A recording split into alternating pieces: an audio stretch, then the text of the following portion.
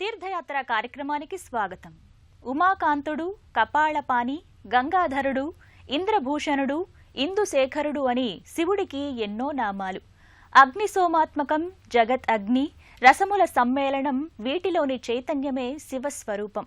జాగృత్, స్వప్న, సుషుప్తి అవస్థలకు అతీతమైన మూల చైతన్యమే పరమశివుడు. ఆ సేతు హిమాచలం శివారాధన వ్యాప్తమై ఉంది.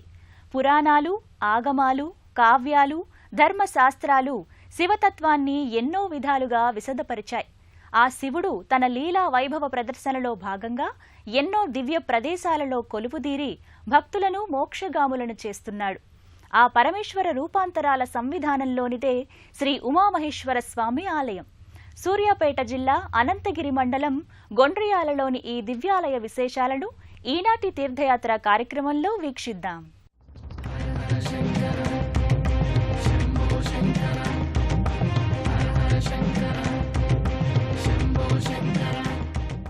నాగేంద్రహారాయ త్రిలోచనాయ భస్మాంగరాగాయ మహేశ్వరాయ నిత్యాయ శుద్ధాయ దిగంబరాయ తస్మై నకారాయ నమః శివాయ. బోళాశంకరుడు, లయకర్త, సకల లోక ఆశ్రిత జనపోషకుడు, ఈ సృష్టి చక్రాన్ని ముందుకు నడిపిస్తున్న కరుణామయుడు, ఈ లోకానికి నిత్య చైతన్య స్ఫూర్తిగా ఉంటూ ప్రపంచానికి జవజీవాలను అందిస్తున్నాడు. ఎవరు ఈ సృష్టిలో సమస్తం తానై ఉన్నారో ఆయనే విశ్వేశ్వరుడు. మహాదేవుడు శ్రీ ఉమామహేశ్వర స్వామిగా గొండ్రియాలలో నెలకొని ఎన్నో శతాబ్దాలుగా భక్తుల్ని అనుగ్రహిస్తున్నాడు. సూర్యాపేట జిల్లా అనంతగిరి మండలం గొండ్రియాలలో ఉన్న ఈ ఆలయం అతి పురాతనమైనదిగా ఖ్యాతిగాంచింది. అల్లంత దూరాన్నుంచే ఆలయ ప్రవేశద్వార ప్రాకార కుడ్యాలు కానవస్తాయి. ఆ ప్రాకారాలపై ఇరువైపులా పరమేశ్వరుని శివలింగం ఒకవైపు, మరోవైపు త్రిశూల డమరుకాల తైలవర్ణ చిత్రాలు అగుపిస్తాయి. ఈ ద్వారం గుండా ఆలయ లోగిలిలోకి భక్తులు చేరుకుంటారు. ప్రాంగణంలో స్వామివారికి అభిముఖంగా ధ్వజస్తంభం ఉంటుంది. మర్త్య దేవలోకాల అనుసంధాన ప్రతీకగా చెప్పే ఈ ధ్వజస్తంభ దర్శనంతో ఆలయ దర్శనం ఆరంభమవుతుందని చెబుతారు. భక్తులు ఈ ధ్వజస్తంభానికి ముందున్న బలిపీఠానికి, ధ్వజస్తంభానికి నమస్కారాలు చెల్లిస్తారు. ధ్వజస్తంభ పాదభాగంలో ఓంకారం సింధూర వర్ణంగా లిఖితమై ఉంటుంది.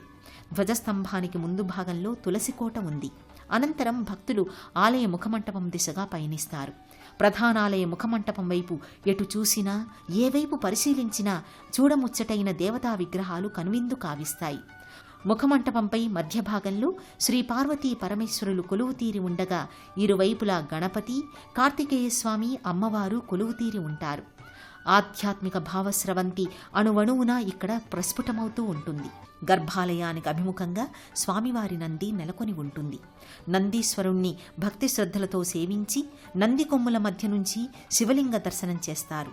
ఆలయ ముఖమంటపంలోని మొదటి వరుస స్తంభాలపై ఇరువైపులా ఏనుగు మదాన్ని అణిచిపెడుతున్న సింహరాజ ప్రతిమలు ఒకదానిపై ఒకటి అమరి ప్రత్యేక ఆకర్షణగా భాసిల్లుతుంటాయి. స్తంభాలపై ఒద్దికగా అమర్చిన వైనం ఆకట్టుకుంటుంది. గర్భాలయానికి ఇరువైపులలో ఒకవైపు స్వామివారి ఉత్సవమూర్తులుంటాయి. భక్తులు ఆ పార్వతీ పరమేశ్వరుల ఉత్సవమూర్తులను భక్తిపూర్వకంగా పూలతో అలంకరిస్తారు. భక్తి శ్రద్ధలతో పరమేశ్వరుణ్ణి పూజిస్తే చాలు, కోరిన వరాలను అందిస్తాడు. అందుకే ఆయనను భోలాశంకరుడు అంటారు. దానవులు కోరిన అసంబద్ధమైన కోరికలను తీర్చిన కారుణ్యమూర్తి ఆ పరమేశ్వరుడు. ఆ మహాదేవుడు ఈ ఆలయ గర్భాలయంలో ఉమాసహితంగా కొలువుదీరాడు. ఆ భవానీపతి సులభ దైవమైన పార్వతీ వల్లభుడి దర్శనం బహుజన్మల పుణ్యఫలంగా భక్తులు భావిస్తారు. గర్భాలయంలో పరమేశ్వరుడు లింగరూపంలో దర్శనమిస్తాడు. సంపూర్ణ అలంకారాలతో అనంత తేజోమూర్తిగా స్వామి ప్రకటితమవుతాడు. ఓం నమః శంభవేచ మయోభవేచ అని వేదం శివవైభవాన్ని కీర్తించింది. తాను ప్రాపంచిక ఆనందం, మోక్షానందంగా ఉంటూ తనని ఆశ్రయించిన భక్తులకు ఆ రెండింటినీ ఇచ్చేవాడు, మంగళకారుడు. తనని పొందిన వారిని శివమయంగా భావించే స్వరూపుడైన పరమేశ్వరునికి నమస్కారం అని శివదివ్యతత్వానికి నమస్సుమాంజలి తెలియచేస్తాం. ఇహపర మోక్షాలను జంటగా అనుగ్రహించే భక్త సులభుడైన ఉమామహేశ్వరుని దర్శనం సకల సన్మంగళదాయకంగా భక్తులు భావిస్తారు. సత్యోజాత, వామదేవ, అఘోర, తత్పురుష, ఈశాన అనే పంచముఖాలతో పరమేశ్వరుడు ఈ చరాచర జగత్తును కాపాడుతూ ఉంటాడు. సత్య జ్ఞానానంద స్వరూపుడైన ఆ స్వామికి జరిగే అభిషేకంతో సృష్టి మనుగడ కొనసాగుతోందని ఆర్యోక్తి. గర్భాలయంలోని స్వామికి పంచామృతాభిషేకాల్ని భక్తులే స్వయంగా అభిషేకించే వెసులుబాటు ఉంది. ఆ స్వామికి జరిగే అభిషేక వేడుక, వివిధ ద్రవ్యాలతో చేసే ఆ సన్నివేశం అపర కైలాసాన్ని తలపిస్తూ ఉంటుంది.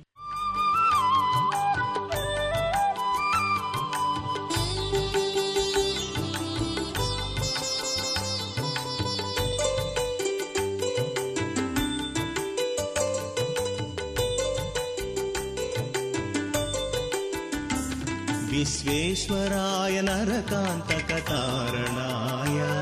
కర్ణామృతాయ శశిశేఖరధారణాయ. అమ్మవారి దర్శనంతో సమస్త శివ పరివార దర్శన భాగ్యం భక్తులకు కలుగుతుంది. ఇక్కడ ఈ ఆలయ పరిసరాలలో వీరభద్రస్వామి మందిరం ఉంది. శివుని అవతారాంశగా వీరభద్రుణ్ణి చెబుతారు. ఆ వీరభద్రస్వామి దర్శనం కూడా ఆలయ దర్శనంతో పాటు కలగడం విశేషం. ఉమామహేశ్వరస్వామి పరిసరాల్లోనే నవగ్రహ మందిరం కూడా ఉంది. నవగ్రహ దర్శనం ప్రదక్షిణల ద్వారా నవగ్రహ ఆశీస్సులు అందటమే కాకుండా గ్రహబాధల నుంచి ఉపశమనం కలగటం పరిపాటి. శ్రీ ఉమామహేశ్వర స్వామి ఆలయానికి సమీప దూరంలోనే వివిధ దేవతామూర్తుల కోవెలలు దర్శనమిస్తాయి. దైవం మానుష రూపేణ అన్న విధంగా శ్రీ లక్ష్మీ తిరుపతమ్మ గోపయ్య స్వామి కోవెల, శ్రీ ఆంజనేయ స్వామి మందిరం, సుబ్రహ్మణ్య స్వామి సన్నిధి, కోట మైసమ్మ సన్నిధి, వీరభద్రస్వామి ఇలా తదితర దేవతామూర్తుల కోవెలలు అలరారుతున్నాయి. మనిషిని దేవుడిగా దేవతగా కొలిచే ఆలయాలు బహు అరుదుగా కనిపిస్తాయి. వారు చేసినటువంటి అద్భుత కార్యాలు, త్యాగాలు వారిని దేవతలుగా తీర్చిదిద్దుతాయి. అలా దేవతలుగా కొలువు తీరిన ఆలయం సూర్యాపేట జిల్లా గొండ్రియాలలో శ్రీ ఉమామహేశ్వర స్వామి కోవెలకి సమీపంలో శ్రీ లక్ష్మీ తిరుపతమ్మ గోపయ్య స్వామి ఆలయంగా ఉంది. ఇప్పుడు మనం వీక్షిస్తున్న ఈ ఆలయం పుసులూరి వెంకటేశ్వర్లు భార్య సావిత్రిగాళ్ల జ్ఞాపకార్థం నిర్మించింది. ప్రవేశద్వారం పైభాగంలో దంపతులైన శ్రీ లక్ష్మీ తిరుపతమ్మ గోపయ్యల మూర్తులుంటాయి. తిరుపతమ్మ గోపయ్యలకు ఆలయాన్ని కట్టి ఎందుకు పూజిస్తున్నారో ఆ గాథ గురించి ఇప్పుడు తెలుసుకుందాం. కృష్ణా జిల్లా విజయవాడకి దగ్గరలో నందిగామ ప్రాంతం ఉంది. ఆ నందిగామ ప్రాంతానికి దగ్గరలో జగ్గయ్యపేట మండలంలో పెనుగంచిప్రోలు గ్రామంలో శ్రీ తిరుపతమ్మ గోపయ్యలకు మొదటి దేవాలయం నిర్మించడం జరిగింది. తిరుపతమ్మ బాల్యం నుంచే అతి గారాభంగా పెరుగుతూ సంప్రదాయాలను పాటిస్తూ దైవభక్తితో గడుపుతూ ఉండేది. ఆమెకి యుక్త వయస్సు వచ్చేసరికి మేనమామ కుమారుడైన కాకాని గోపయ్యతో వివాహం జరిగింది. వివాహమైన తరువాత తిరుపతమ్మ అత్తారిల్లైన పెనుగంచిప్రోలుకు వచ్చింది. పెనుగంచిప్రోలులో తిరుపతమ్మ అడుగు పెట్టగానే పక్కనున్న గ్రామ ప్రజలు కూడా పాడి పంటలతో సమృద్ధిగా సంతోషంగా ఉన్నారు. దీనికి కారణం తిరుపతమ్మ రావడమే అని భావించారు ఆ గ్రామస్తులు. కొంతకాలం తర్వాత ఎండలు విపరీతంగా కాయడంతో ఆ గ్రామమంతా వర్షాలు లేక కరువు కాటకాలు సంభవించాయి. కరువు సమయంలో 7 దొడ్ల మందగల పశువులను మేపడం కోసం కంచికచర్లకి దగ్గరలో ఉన్న అరణ్యంలోకి బయలుదేరాడు గోపయ్య. గోపయ్య వెళ్లిన కొన్ని రోజుల తర్వాత ఇంకో తోడికోడళ్లు కలిసి తిరుపతమ్మను వేధించసాగారు. పనంతా తనతో చేయించి కనీసం తిండి కూడా పెట్టేవారు కాదు. రోజురోజు బక్కపల్చగా మారి కుష్ఠువ్యాధిగ్రస్తురాలైంది తిరుపతమ్మ. ఆ వ్యాధి సోకగానే ఆమెని దొడ్లచావిళ్లోనే ఉండమని, ఇంట్లోకి రావద్దని ఆదేశిస్తారు. అలాంటి సమయంలో పాపమాంబ అనే స్త్రీ ధైర్యం చెప్పి దగ్గరుండి ఆమెని చూసుకునేది. ఇదిలా జరుగుతున్న తరుణంలో పశువుల్ని మేపడానికి వెళ్లిన తిరుపతమ్మ భర్త గోపయ్యను పెద్ద పులి చంపేస్తుంది.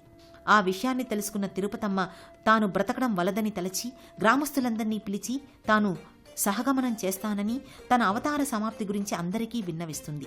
తాను ఈ క్షేత్రాన్నందే దేవతగా వెలసి భక్తుల కోర్కెల్ని తీరుస్తానని చెబుతుంది. అలా తిరుపతమ్మ గోపయ్యలకు అక్కడక్కడ ఎన్నో చోట్ల ఆలయాలు వెలిశాయి.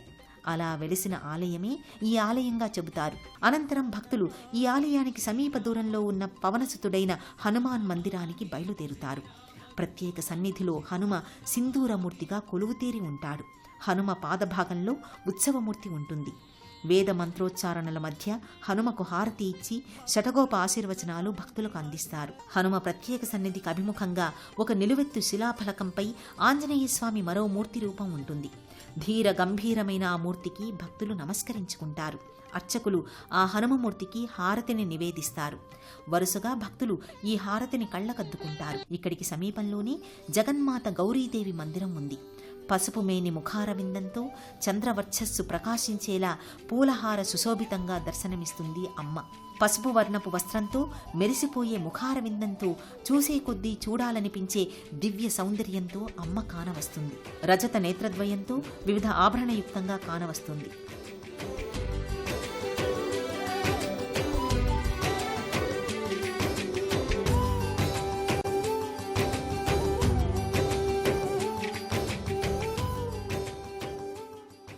ఆలయానికి సమీప దూరంలో శ్రీ గంగమ్మ తల్లి ఆలయం ఉంది.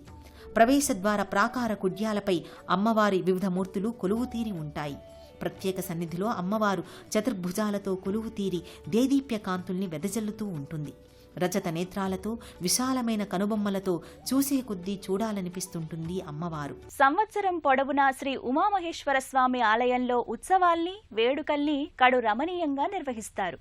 వివిధ పండుగల పర్వదినాలలో ఈ ఆలయం విద్యుత్ దీప కాంతులతో, దీపాల వెలుగులలో తనుకులినుతూ ఉంటుంది. చూసే కొద్దీ చూడాలి అనిపించే ఈ ఆలయ శోభ వర్ణనాతీతం. శ్రీ ఉమామహేశ్వర స్వామి ఆలయంలో స్వామివారికి ఉదయం 5 గంటల నుంచి పూజా విధులు కొనసాగుతాయి. ప్రత్యేక పర్వదినాలలో మహన్యాసపూర్వక ఏకాదశ రుద్రాభిషేకాలు, కుంకుమార్చనలు, అన్నదాన వితరణలు, సాంస్కృతిక కార్యక్రమాలను నేత్రోత్సవంగా జరిపిస్తారు. మహాశివరాత్రి పర్వదినాన్ని పురస్కరించుకుని 5 రోజుల పాటు వైదిక కార్యక్రమాలను ఆగమోక్తంగా నిర్వహిస్తారు. అలాగే దేవీ నవరాత్రులు, నాగుల చవితి, సుబ్రహ్మణ్య షష్ఠి, గణపతి నవరాత్రుల్ని కన్నుల పండుగగా నిర్వహిస్తారు. ఈ ఆలయానికి సంబంధించిన 28 ఎకరాల భూమి నుంచి వచ్చే ఆదాయంతో స్వామివారి పూజా విధులు కొనసాగుతున్నాయి. శివపార్వతుల కళ్యాణం అనంతరం స్వామివారి ఊరేగింపు వేడుక కొనసాగుతుంది. ఇక్కడ ఉమామహేశ్వర స్వామి ప్రధాన దైవమైన శివపరివార గణమంతా ఒకే లోగిల్లో సందర్శించుకునే వెసులుబాటు లభిస్తోంది. ఈ గొండ్రియాల ఆలయాన్ని భక్తుల వరసిద్ధికి నెలవుగా పేర్కొంటారు. కోటి సూర్య ప్రభా తేజో విరాజితమైన శ్రీ ఉమామహేశ్వరుణ్ణి సేవించుకున్న వారికి సేవించుకున్నంత, తిలకించినంత వారికి తిలకించినంత అంతులేని పులకింత. సర్వే జనా సుఖినో భవంతు. స్వస్తి. ఓం నమః శివాయ. కాశీ క్షేత్రంలో మరణం, అరుణాచలంలో భగవన్నామ స్మరణం, శ్రీశైలంలో లింగ దర్శనం ముక్తిదాయకంగా చెబుతారు. కానీ ఇక్కడి ఉమామహేశ్వర స్వామి దర్శనం కాశీక్షేత్ర దర్శనంతో సమానంగా చెబుతారు. ప్రదక్షిణలు చేసినంతనే వరాలను ఒసంగే భోలాశంకరుడిగా ఇక్కడి శివుడు ప్రసిద్ధుడు. అటువంటి పరమేశ్వర దర్శనం మనం కూడా చేసుకున్నాం కదా. మరో ఆలయ సందర్శనంలో మళ్ళీ కలుద్దాం.